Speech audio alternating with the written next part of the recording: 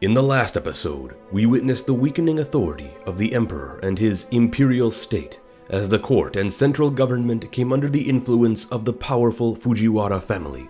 Yet, while this transpired, we also came to see the further development of a rising warrior culture in both the capital and countryside, as martial prowess and military might began to form the basis of true power throughout the land.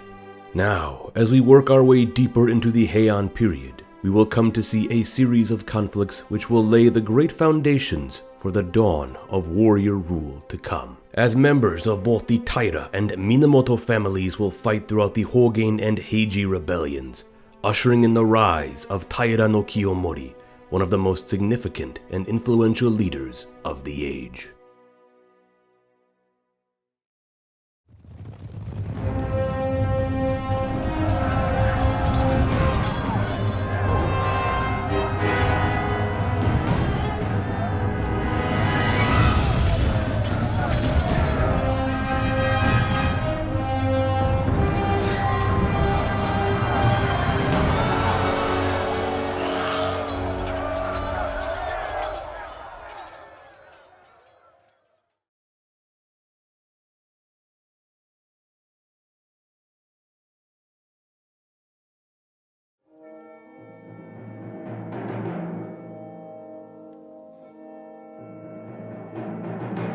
By the 12th century, warrior power was reaching new heights, yet had not come to fully eclipse that of the central government, dominated exclusively by the Fujiwara. However, all of this was soon to change, as a series of events would occur which would, at last, catapult warrior leaders to far-reaching control. As we had discussed in the prior episode, throughout this period there is an observable separation between the varying statuses of warriors throughout the country. From the bushi of the countryside to the miyako no musha, or warriors of the capital, there had become a range of these professional fighters, which can be a complex topic to discuss, let alone properly label. As for the term samurai, it was not a word which applied to all warriors at this time, as in its earlier forms it was more simply a term used to refer to warriors in service to courtiers in the capital. It would be many years before it would take the shape and form we know it to be today, and thus would be applied retroactively to refer to all those who were seen as part of the warrior class. However, as we move into this very storied age, on the precipice of warrior rule, I feel it's safe to begin using the term a bit more freely as other historians have done. Just bear in mind that although I will start using the term samurai a bit more here, I am doing so mostly retroactively, as mentioned. From today's viewpoint, we can say many of these figures were what we consider samurai to be, but at the time they would not have used the term in such a way. So, with that said, one of the greatest developments covered in the previous episode was the rise of significant families, descended from prior emperors, and who would adopt many warrior customs in order to amass greater authority. The two great clans to arise were that of the Taira and Minamoto, clans which would come to be known as the first mighty samurai families. It is their story, along with that of the Fujiwara, to which so much of Japanese history is intertwined. And as we can see, by the mid-12th century, as the influence of the Taira and Minamoto continued to rise, that of the Fujiwara began to falter. The story of how the samurai seized the country can be argued to have started at several different points in time. However, I believe the true tipping point and start down this path began in 1156, with the death of the retired Emperor Toba. Toba would have a number of sons who would each come to rule for a time before retiring and becoming a Daijo Tenno, retired emperor. First, there was his son Stoku, who had succeeded Toba in 1123 upon Toba's retirement.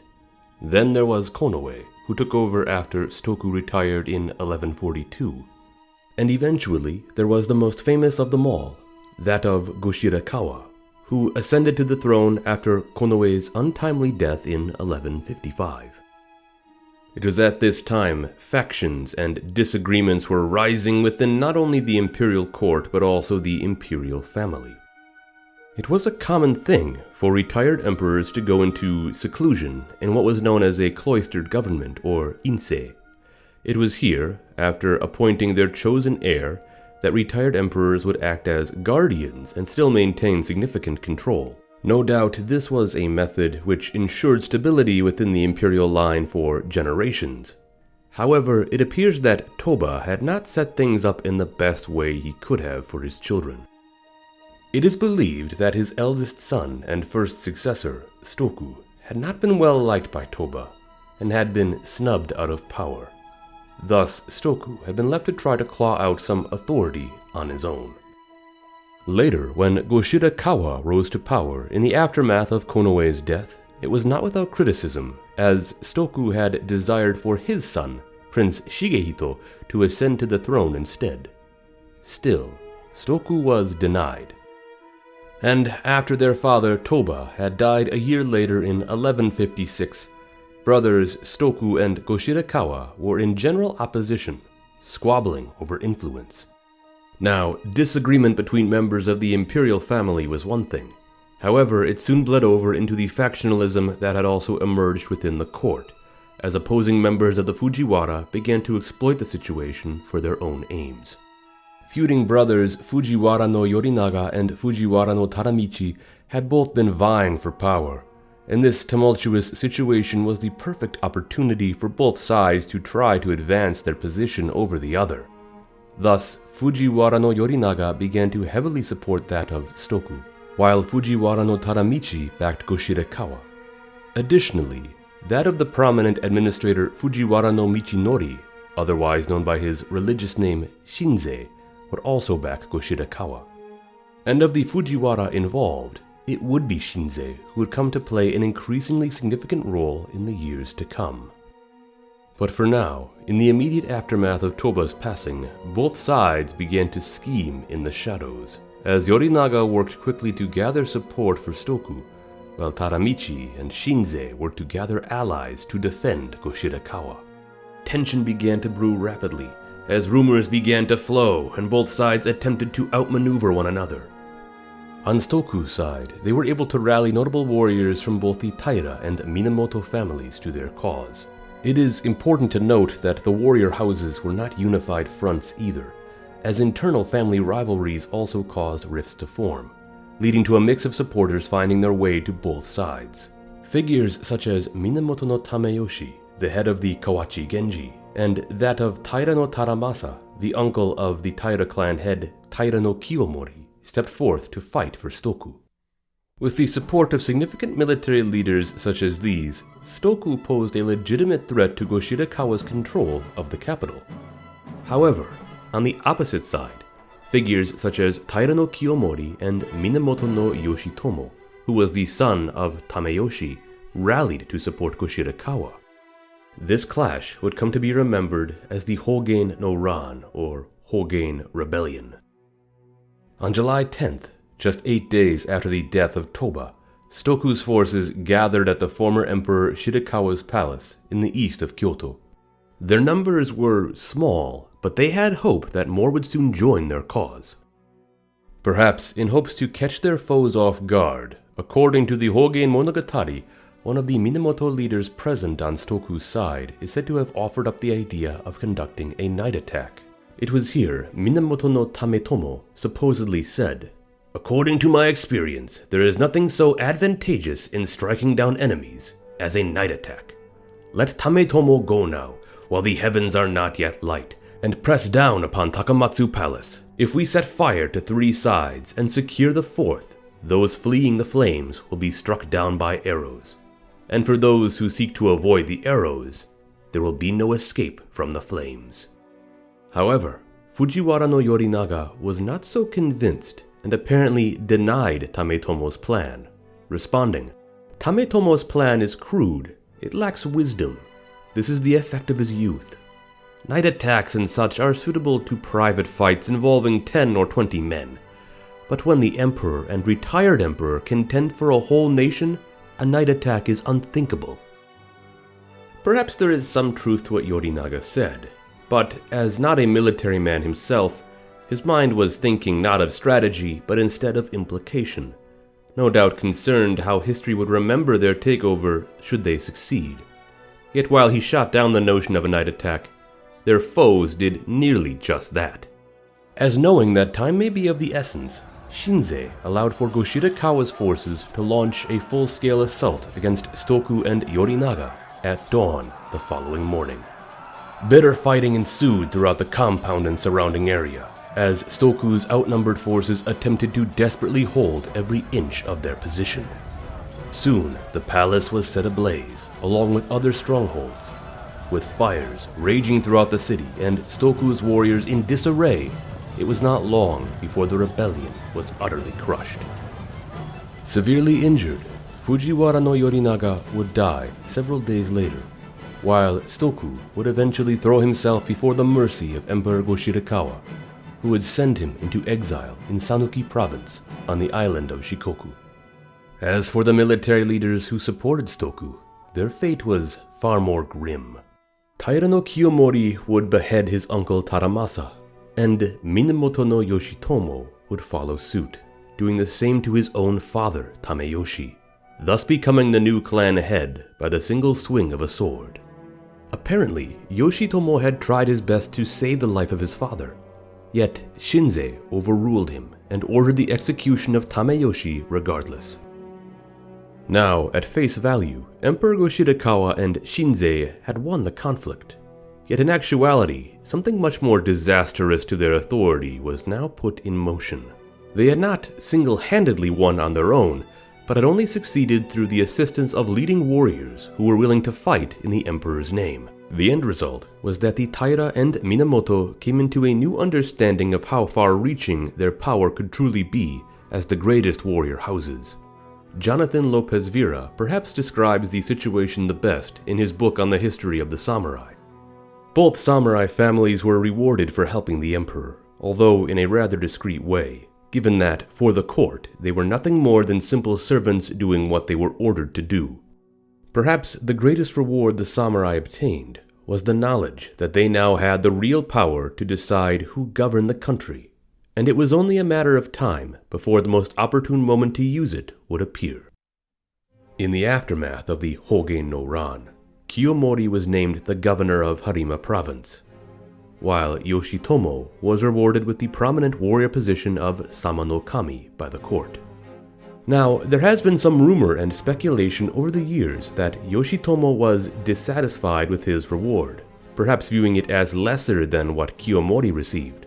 But this notion has been called into question by historians. Regardless of Yoshitomo's response, both the Minamoto and Taira held vast new amounts of power that they were yet to fully realize. And as the heads of the two greatest warrior houses, it was obvious that the two would feud and become significant rivals to one another. Sooner or later, they would find a suitable excuse to take up arms. Goshirakawa's victory had ushered in a new era of reforms and initiatives, spearheaded and perhaps largely imposed by Shinzei. But by 1158, Emperor Goshirakawa would be made to retire in favor of his son, who would become Emperor Nijo. Yet he would still try to maintain control through his own cloistered government, or Insei, although doing so was not so simple. Those around Emperor Nijo were obviously opposed to Goshirakawa's Insei and wanted Nijo to be able to directly rule. However, despite whatever the Goshirakawa and Nijo factions wanted, the largest obstacle remained Shinzei, who was now accumulating massive influence on his own. This was largely due to his own political ability, but perhaps more significantly due to the fact that Shinzei had wisely taken care to maintain the backing of Taira no Kiyomori. Thus, he had the most powerful warrior house supporting him. By this point, the Taira had amassed tremendous control over the West, controlling vast swaths of territory throughout Honshu and Shikoku. Truly, they were becoming the dominant military force in Japan, slowly edging out the Minamoto. If the Minamoto were to have any hope at chipping away at the growing might of the Taira, they would need to find a legitimate way to combat them, and soon enough, an opportunity would present itself. This came with the rise of Fujiwara no Nobuyori, a prominent figure of the East who held good relations with Minamoto no Yoshitomo and came to directly oppose Shinzei. Working together, It was planned that they could potentially rid themselves of both their rivals. What they needed now was the right moment to strike, one which came in early 1160. What would transpire would come to be known as the Heiji Rebellion, or Heiji no Ran. It all started when Taira no Kiyomori left the capital to go on a pilgrimage, thus temporarily leaving the palace, emperor, retired emperor, and Shinzei all unguarded. Nobuyori and Yoshitomo pounced on this opportunity and launched a vicious assault on Sanjo Palace, burning it to the ground, slaughtering many, and capturing Goshirakawa. Shinzei managed to escape the city and led the Minamoto on a desperate chase. Yet, unable to shake off his pursuers, he eventually resolved to end his own life. After his body was located, his head was taken back to Kyoto, where it was put on display for all to see. Kiyomori was in Ki province when he heard of the events, and thus quickly returned back to the capital. There was little Kiyomori could do while Nobuyori and Yoshitomo held the capital, securing both Emperor Nijo and Goshirakawa. Kiyomori had also been stripped of most of his titles and lands in a measure to reduce his own power. Thus, for a time, he accepted his new position and perhaps feigned loyalty to Nobuyori's new regime. Yet, in secret, it is suspected that Kiyomori may have been biding his time, scheming with allies to gather support and eventually strike back. What didn't help Nobuyori either was that he was becoming increasingly viewed as a tyrant, in time losing popular support. Eventually, it was time for Kiyomori to make his move. He would arrange for Emperor Nijo to be smuggled out of his captivity to the Taira Palace at Rokuhara. The plan was carried out successfully, and even Goshirakawa, who learned of the scheme, was able to escape as well. Without the emperor and retired emperor under his thumb, Nobuyori was branded as a rebel, and many were quick to rally to Kiyomori's side against the traitors. The very next day, with swelling numbers, Kiyomori's army would clash against that of Yoshitomo's. Kiyomori launched an attack on the Minamoto Palace, and it was here that Yoshitomo repelled the assault. However, Yoshitomo had been banking for more aid arriving from Minamoto no Yorimasa. Yet Yorimasa, knowing that Yoshitomo was now a rebel along with Nobuyori, refused to send reinforcements, thus showing his support for the Taira. This meant that when Yoshitomo attempted to carry the offensive back against Kiyomori, he was soundly defeated. With Minamoto armies crushed in the capital, the Taira swept in to assume control. Nobuyori at first pleaded with Goshirakawa to forgive him and save his life, but was turned away. He would later be captured and executed. As for Yoshitomo, he would manage to escape Kyoto, but would soon be betrayed and assassinated shortly after. Kiyomori had won, and the shattered remains of the government now laid before him, free for his own meddling to properly commence.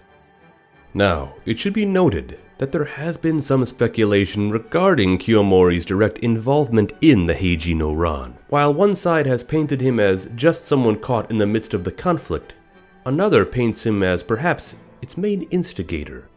This version speculates that perhaps Kiyomori was well aware that taking a pilgrimage when he did would cause the Nobuyori-Yoshitomo faction to strike, allowing Kiyomori to more easily destroy them in the open. This is backed by the fact that when Kiyomori departed, he left a large portion of his warriors at his Rokuhara palace, essentially allowing him to return to the capital without much trouble and ready for him to give the order to attack the rebels when ready. Regardless, though, of how much influence Kiyomori had in the whole affair, what really matters here is that Kiyomori now had a type of prominence in the capital that no other military leader had achieved. The first thing he now needed to decide, however, was what to do with the defeated Minamoto leaders. Yoshitomo was of course already dead, but there was debate over what to do with his 3 young surviving sons. It appears that initially there was some indication that they would meet the same fate. However, after the pleas of significant women such as Kiyomori's stepmother and others, he was persuaded to instead send them into exile. These 3 boys were that of Minamoto no Yoritomo, Minamoto no Noriyori, and Minamoto no Yoshitsune. And so, Kiyomori scattered these 3 sons of his former rival deep into exile, and under the watchful eyes of Taira loyalists. Now, although these 3 sons were Minamoto, that doesn't mean that Kiyomori had destroyed the family. In fact, there were Minamoto lords such as Yorimasa and others who remained loyal to him. For now, it was just the sons of his rival Yoshitomo whom Kiyomori sought to rid himself of. As for the new political scene in the capital, there was still a conflict between that of Koshirakawa and Emperor Nijo, both of whom vying for power over who truly controlled the government. Such a contest between influential figures was something which could be exploited in the right hands, which is exactly what Kiyomori had the cunning to do, coming to play off of one another over the coming years, continually increasing his own status along with other members of his family. Soon, the influence of the Taira began to overtake the court, which the Fujiwara had held for so long. R.H.P. Mason and J.G. Caiger describe the political fall of the Fujiwara and rise of the Taira in their book on the history of Japan, stating, "As for the Fujiwara, they retained their high titles but became relatively powerless, since Kiyomori outdid his social superiors by making the best possible matches for his daughters. As a result, and much to his joy, he became the grandfather of both the future emperor and head of the Fujiwara house. Other, and usually older, members of the Taira family were given a high proportion of posts in provincial administration, and they accumulated rights over numerous shoin. By 1167, 2 years after Emperor Nijo had died, Kiyomori would receive his greatest title, that of Daijo Daijin, Chancellor of the Realm, a position which had long been held by the Fujiwara leaders, yet now had come to be held by a warrior house. It was a position he would only maintain for just 3 months before passing it back to the Fujiwara, yet by then the damage had been done. As a retired chancellor, prominent politician with many great family ties, and the greatest military leader in Japan, he held all the authority he needed to pull the strings of the government as a cloistered emperor would have done. Taira rule had become supreme, and it was all thanks to Kiyomori.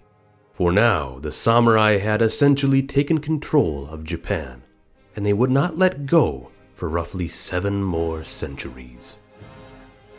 In the next episode, the rule of the Taira begins to wane as resentment towards them starts to rise, spurred forth by Kiyomori, who begins to overreach. This will all culminate in one of the most legendary conflicts in all of Japanese history, the Genpei War, in which the Minamoto would be set to rise again. Thank you for watching, and don't forget to like, subscribe, and ring the notification bell if you enjoyed this video and found it to be most informative.